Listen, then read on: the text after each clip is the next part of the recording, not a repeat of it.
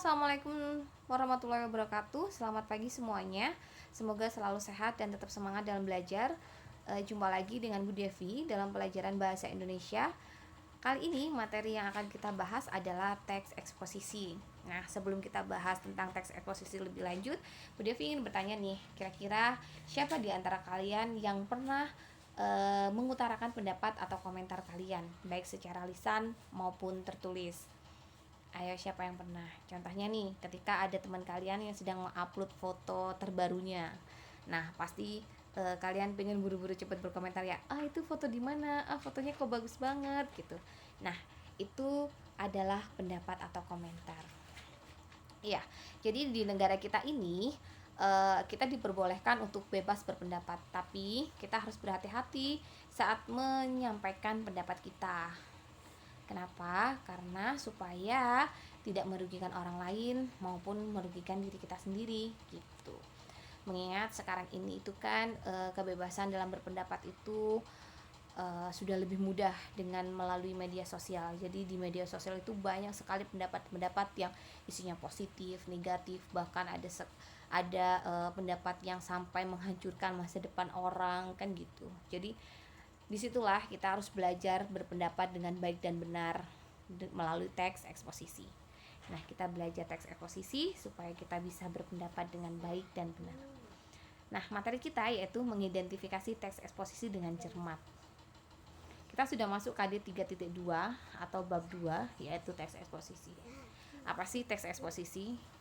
Pengertian dari teks eksposisi.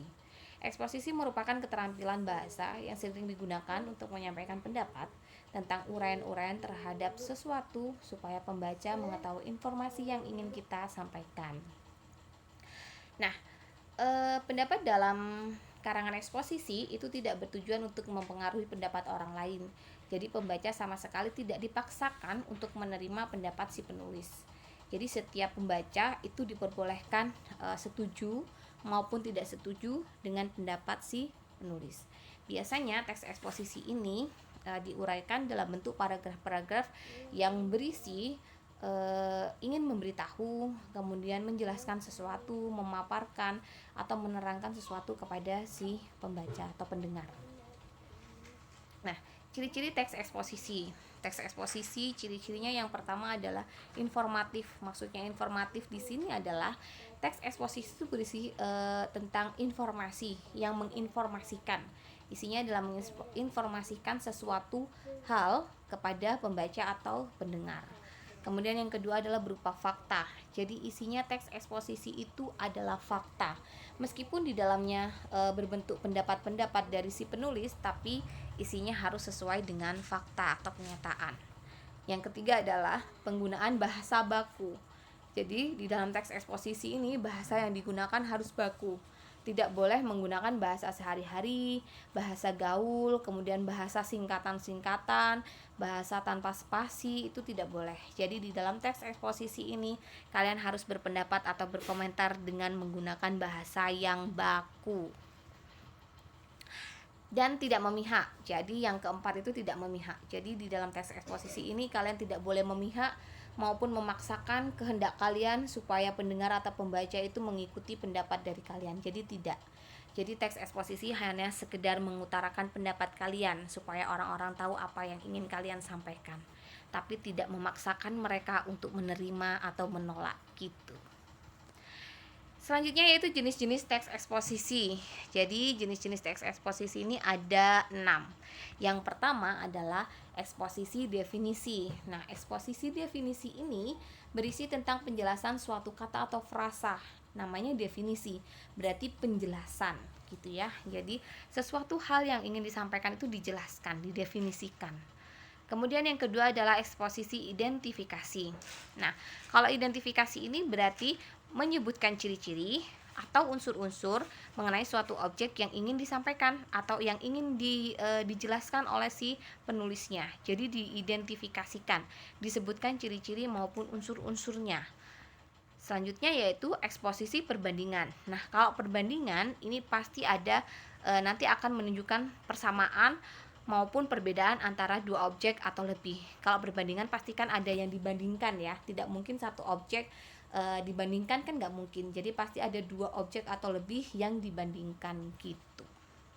Selanjutnya adalah eksposisi ilustrasi. Nah, kalau eksposisi ilustrasi ini memberikan gambaran atau penjelasan yang konkret terhadap suatu objek, jadi digambarkan secara rinci, secara jelas.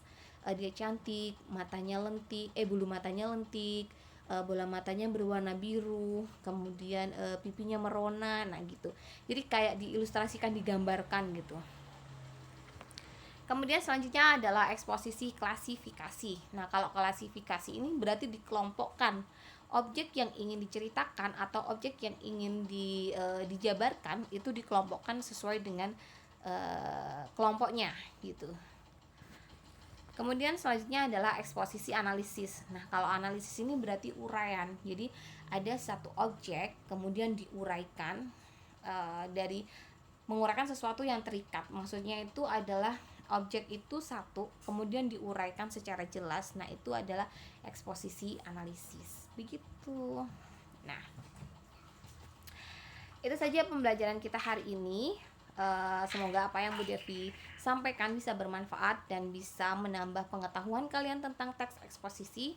Kemudian hari ini Bu Devi minta kalian untuk berpendapat tentang video ini, tentang video yang Bu Devi berikan hari ini di kolom komentar menggunakan bahasa baku. Jadi menggunakan bahasa baku, jangan lupa ditulis nama dan kelas untuk tugas hari ini dan absen.